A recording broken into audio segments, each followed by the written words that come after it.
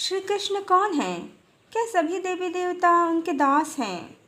Hello friends, Shrimad Bhagavad Gita के अनुसार श्री कृष्ण परम ब्रह्म परमात्मा हैं और श्रीमद् भगवद गीता के अनुसार ही श्री कृष्ण निराकार हैं, निर्विकार हैं, ओंकार स्वरूप हैं, सच्चिदानंद हैं।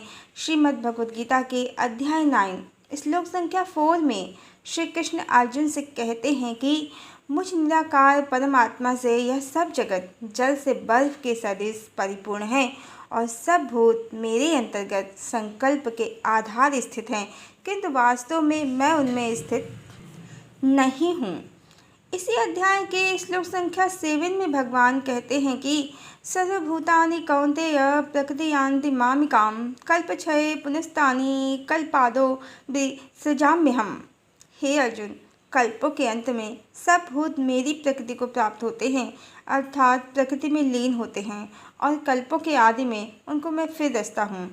फिर ऐसे अध्याय के श्लोक संख्या 10 में भगवान कहते हैं, हे अर्जुन, मुझ अधिष्ठाता के सकाश से प्रकृति चराचर सर्व जगत को रचती है और इस हेतु से ही यह संसार चक्र घूम रहा है।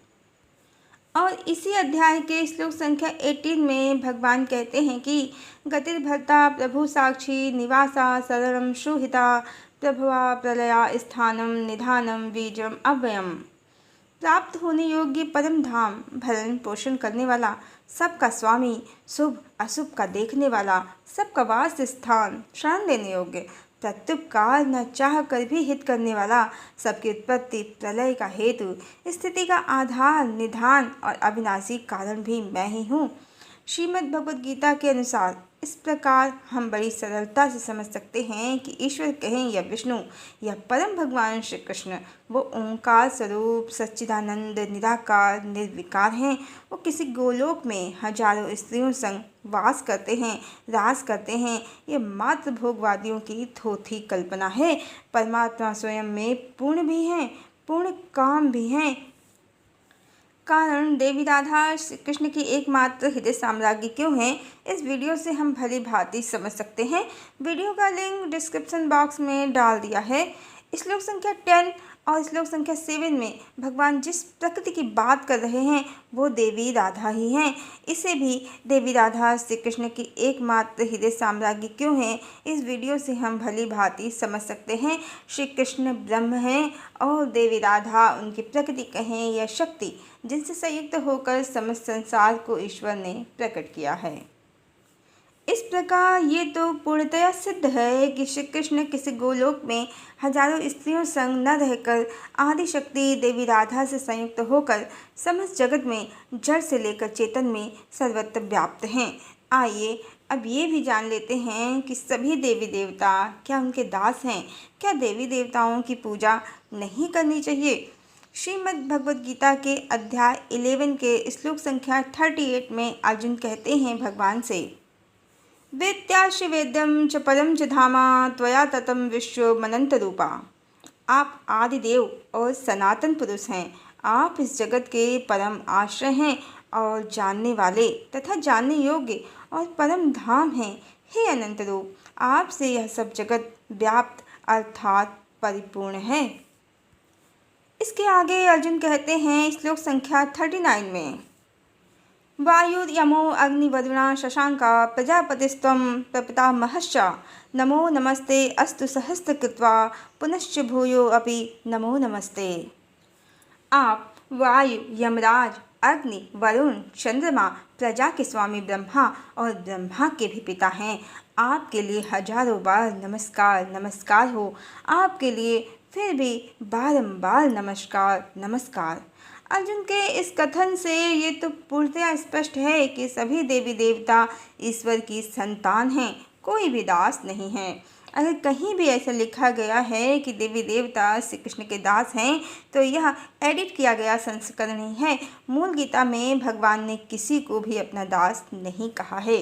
आइए अब ये भी जानते हैं कि क्या श्री कृष्ण ने देवी देवताओं की पूजा को, उनकी उपासना को मना किया है। श्रीमद् भगवद गीता के अध्याय 7 श्लोक संख्या 21 में भगवान कहते हैं कि यो यो याम याम तनु भक्ता श्रद्धया अर्चुम इच्छति तस्य तस्याचलं श्रद्धा तामेव विद्यादमहम। जो जो सकाम भक्त जिस जिस देवता के स्वरूप को श्रद्धा से पूजना चाहता है, उस भक्त की श्रद्धा को मैं उसी देवता के प्रति स्थित करता हूँ। इसके आगे भगवान श्लोक संख्या 22 में कहते हैं कि वह पुरुष उस श्रद्धा से युक्त होकर उस देवता का पूजन करता है और उस देवता से मेरे द्वारा ही विधान किए हुए उन इच्छित भोगों को निसंदेह प्राप्त करता है। तो देखा आपने, श्री कृष्ण ने किसी भी देवी देवता की उपासना को मना नहीं किया है, अपितु वो तो भक्त की श्रद्धा को उस देवता के प्रति स्थित भी करते हैं और भक्त की इच्छा भी पूर्ण करते हैं। इस तरह यह तो पूर्णतः स्पष्ट है कि अगर कहीं ईश्वर अन्य देवी देवताओं की पूजा को मना करते हैं तो वह एडिट किया गया संस्करण है, मूल नहीं। वास्तव में देवी देवता कोई भिन्न सत्ता ही नहीं है। इसी कारण ईश्वर ने स्वयं को प्राप्त करने पर बल दिया है, पर कहीं भी देवी देवताओं को न तो दास कहा है, न उनकी पूजा उपासना को ही मना किया है। देवी राधा श्री कृष्ण की एकमात्र हृदय साम्राज्ञी क्यों है, इस वीडियो में हम भली भांति समझ सकते हैं कि एक परमात्मा के अतिरिक्त संसार में कोई दूसरी सत्ता ही नहीं है। और श्रीमद् भगवद गीता में भी अध्याय 7 श्लोक 7 में श्री कृष्ण अर्जुन से कहते हैं कि हे धनंजय, मुझसे भिन्न दूसरा कोई भी परम कारण नहीं है। यह संपूर्ण जगत सूत्र के मणियों के सदृश मुझ में गुथा हुआ है। बहुदेववाद क्या है, इस वीडियो से हम विस्तार से जान सकते हैं कि देवी देवताओं की कोई स्वतंत्र सत्ता ही नहीं है। वीडियो का लिंक डिस्क्रिप्शन बॉक्स में डाल दिया है। इस प्रकार हम भली भांति समझ सकते हैं कि देवी देवता परमात्मा से भिन्न सत्ता नहीं है और देवता हो या मनुष्य या पशु पक्षी या कीट पतंगे, सभी ईश्वर की संतान हैं, सभी उनको परम प्रिय हैं।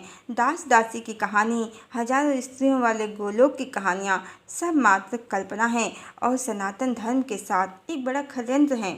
हरिओम।